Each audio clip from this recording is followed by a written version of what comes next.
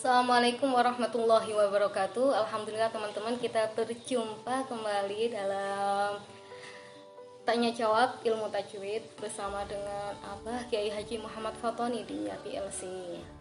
Teman-teman, sebelumnya pada episode sebelumnya Abah menjelaskan tentang definisi ilmu tajwid. Jadi ilmu tajwid menurut bahasa adalah memperindah, memperbaiki atau menyempurnakan.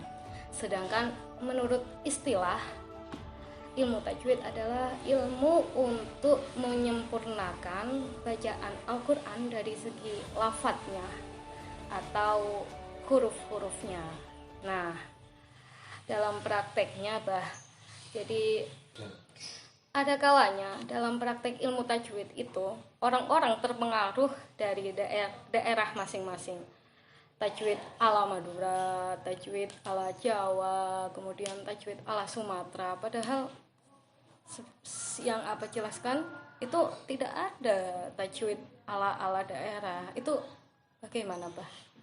Nah, kebetulan sekali pertanyaan ini dimunculkan. Dan ini adalah pertanyaan yang saya tunggu-tunggu gitu ya. Memang betul dalam prakteknya orang membaca Al-Quran yang katanya dengan tajwid malah menjauh daripada hakikat daripada ilmu tajwid. Ya, perlu saya jelaskan bahwa kalau kemarin saya menjelaskan bahwa ada dasar-dasar ilmu tajwid. Nah, sekarang ini ada dasar-dasar praktek tajwid. Bisa juga kita menggunakan istilah hakikat daripada tajwid. Atau mungkin batasan-batasan tajwid. Bukan ilmunya, batasan-batasan dalam mempraktekkan tajwidnya. Pertama, tajwid itu dalam prakteknya ya harus berdasarkan lisan Arab. Karena Al-Quran turun dengan bahasa Arab, bilisanin Arabiyyin, dengan lisan Arab, mubin, yang fasih gitu ya. Ya, karena hurufnya huruf Arab, maka prakteknya menyempurnakan sebagaimana orang Arab mempraktekkannya gitu ya. Bilisanin Arabiyyin. Ini dalam catatan bahwa bahasa Arab itu ada bahasa pasaran, ada bahasa resmi. Kalau orang Arab dalam bahasa pasaran mengucapkan huruf jim itu gim, ya kita tidak ikut itu ya. Dalam bahasa fusha, bahasa resmi yang dipakai dalam Al-Quran, jim itu ya jim ya. Itu yang kita contoh ya. Nah, kita mencontoh orang Arab kalau mengucapkan qaf umpamanya ya. Mesir, Saudi, Syria, Yaman dan lain sebagainya. Itu kalau bahasa fusha, bahasa resmi, tidak ada yang membaca selain qaf ya. Walaupun di Mesir qaf, di Yaman qaf gitu ya. Ya harus dengan lisan Arab. Sehubungan itu maka apabila ada satu perguruan mengajarkan membaca qaf itu qaf ya. Sedangkan orang-orang Arab qori-qorinya dan bahasa Arab yang resmi itu qaf, ya kita ambil yang dari Arab ya, karena mereka yang punya bahasa, mereka yang tahu bagaimana mengucapkan qaf dengan fasih. Demikian huruf-huruf yang lain. Ini banyak sekali loh masalah ini ya, menyimpang daripada praktek bacaan qori-qori Arab. Ya. Yang kedua, tajwid itu jangan sampai ada takalluf. Jangan sampai ada ta'assuf. Suatu hal yang berlawanan. Takalluf itu terkesan memaksa-maksa. Ibarat orang naik sepeda gitu ya. Gini, gimana gitu ya. Ya. Jadi bertajwid kalau ada orang membaca Al-Quran kok sampai bergerak-gerak, itu takalluf ya. Sampai ada yang mengatakan bahwa memejamkan mata atau istilah Jawanya itu merem-merem, itu sudah takalluf. Berat di dalam membaca. Padahal tajwid itu meringankan ya. Akan tetapi ini ada orang yang membantah. Ya, takalluf itu untuk orang yang sudah belajar, sudah ahli, jadi sudah berhasil, itu prakteknya jangan sampai terkesan takalluf. Umpamanya saya membaca, ya tidak pakai bergerak-gerak begini, tapi hanya geleng-geleng kepala banyak. A'udzubillahi minasyaitonirrajim. Itu bukan takalluf ya. Justru itu menunjukkan bacaan santai gitu ya. Ya. Tapi kalau orang masih baru belajar, ya baik anak kecil maupun orang tua, pokoknya baru belajar tuh ya mesti ada takalluf ya. Seperti si A tidak bisa mengucapkan huruf shin ya. Ketika belajar ya mesti ada takalluf. Seperti itu ya, huruf apapun.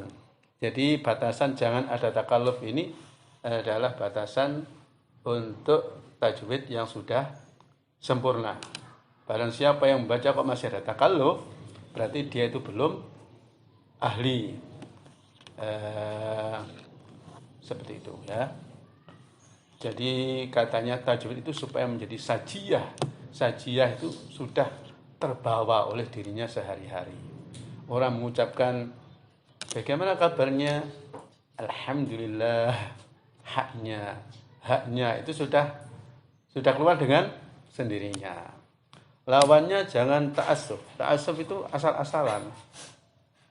Seperti umpamanya yang sering kita dapatkan Al-Fatihah. Bismillahirrahmanirrahim. Alhamdulillahirrahmanirrahim. Ya. Itu namanya ta'assuf, lawan daripada takalluf.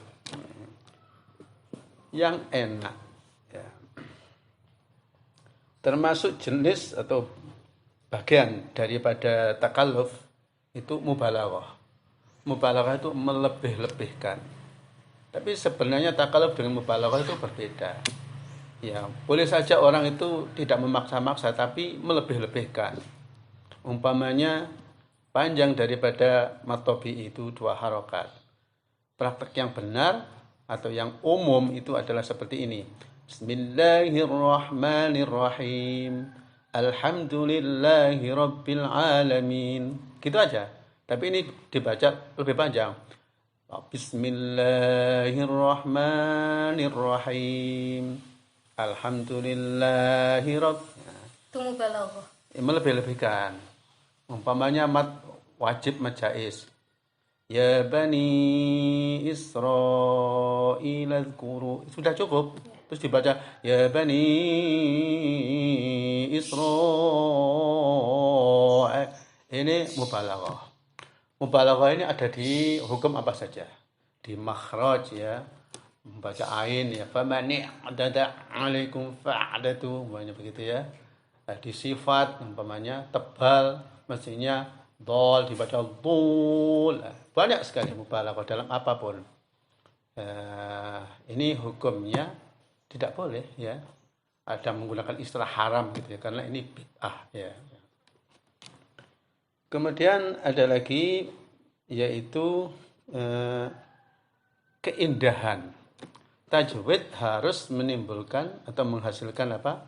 Keindahan, kelezatan bagi yang mendengar maupun yang membaca sendiri ya, sehingga sesuai dengan syairan yang biasa kita ucapkan, la yamallu sama'uhu ya, pendengarnya tidak akan bosan ya.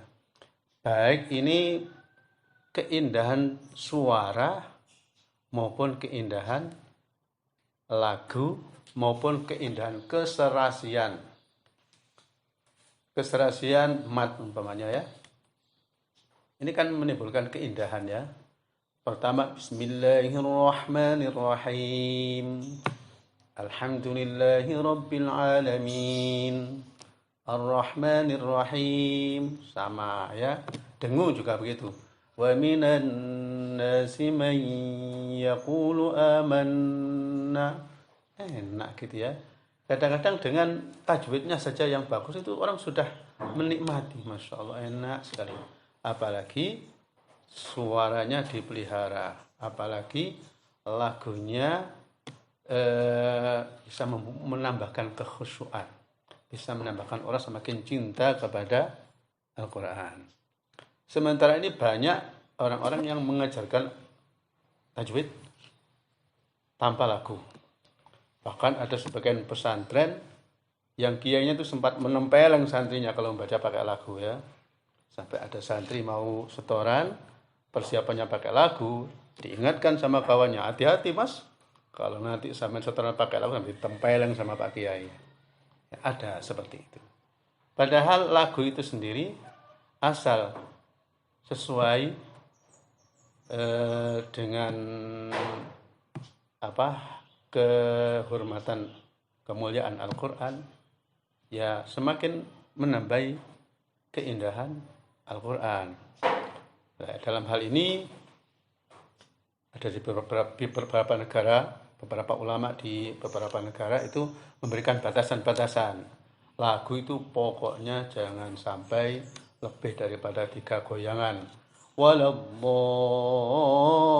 Udah cukup. Jangan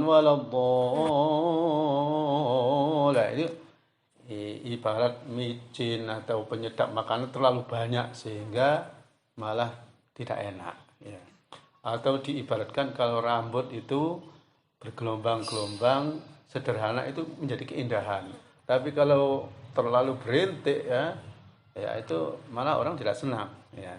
Nah, ini jadi harus indah, jangan sampai malah tidak enak ya. Justru lagu itu pun kadang-kadang membantu hukum tajwid, membantu mengukur mat. Umpamanya waladhdallin, kalau tidak pakai lagu baru waladhdall itu sudah rasa capek ya. Tapi kalau diukur dengan lagu, pokoknya ada goyangan sedikit ya, waladhdall, tahan lama gitu ya. Ya, seperti itu. Yang terakhir termasuk kaidah batasan-batasan daripada tajwid adalah mudah.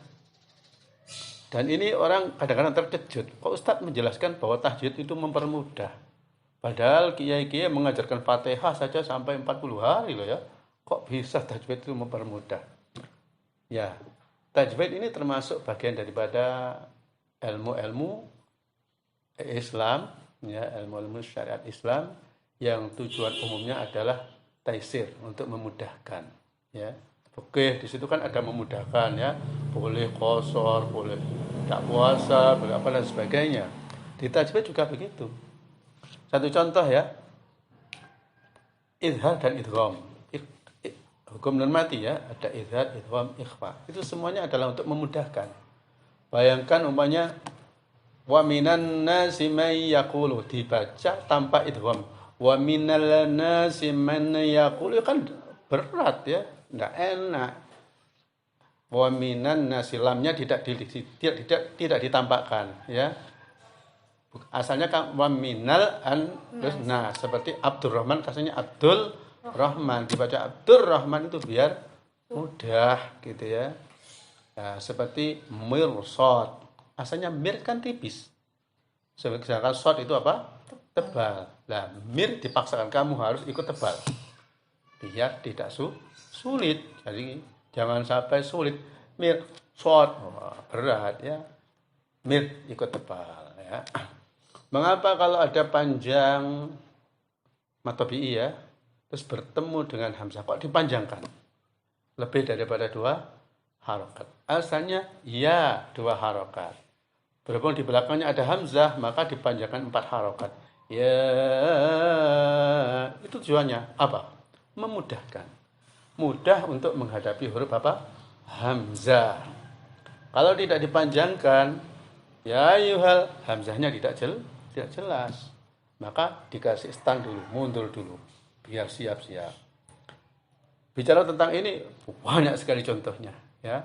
Walhasil tajwid sendiri itu mudah, memudahkan. Makanya firqin itu boleh dibaca 2 macam roknya. Silahkan Anda baca tebal apabila Anda menganggap bahwa qaf itu berat. Fir sudah menyesuaikan dengan apa? Qaf. Silahkan Anda baca tipis Kalau sekiranya Anda berpandangan bahwa qaf itu sudah berharokat kasroh, sudah menjadi tipis, maka fir ikut tipis. Ya. Wajah-wajah semuanya itu dalam rangka memberikan kemudahan. Ya. Terakhir perlu saya sampaikan bahwa Imam Al-Jazari ini adalah puncak guru besar Al-Quran. Man intahat ilaihil riasatul iqra. Man intahat ilaihi riasatul iqra. Jadi puncak pimpinan guru Al-Quran. Ya. Tajwid ala Ibnu Jazari ini kurang lebih seperti apa yang saya sampaikan tadi ya. Ya. Dengan lisan Arab, tanpa takalluf, tanpa melebih-lebihkan, indah dan apa? Mudah. Kurang apa ya? Tajwid sangat-sangat menarik ya. Barangkali pertemuan hari ini cukup ya. Jadi kemarin itu dasar-dasar ilmu tajwid, sekarang ini dasar-dasar praktek daripada ilmu tajwid. Ya. Terima kasih Abah. Teman-teman, sampai jumpa pada episode selanjutnya. Assalamualaikum warahmatullahi wabarakatuh.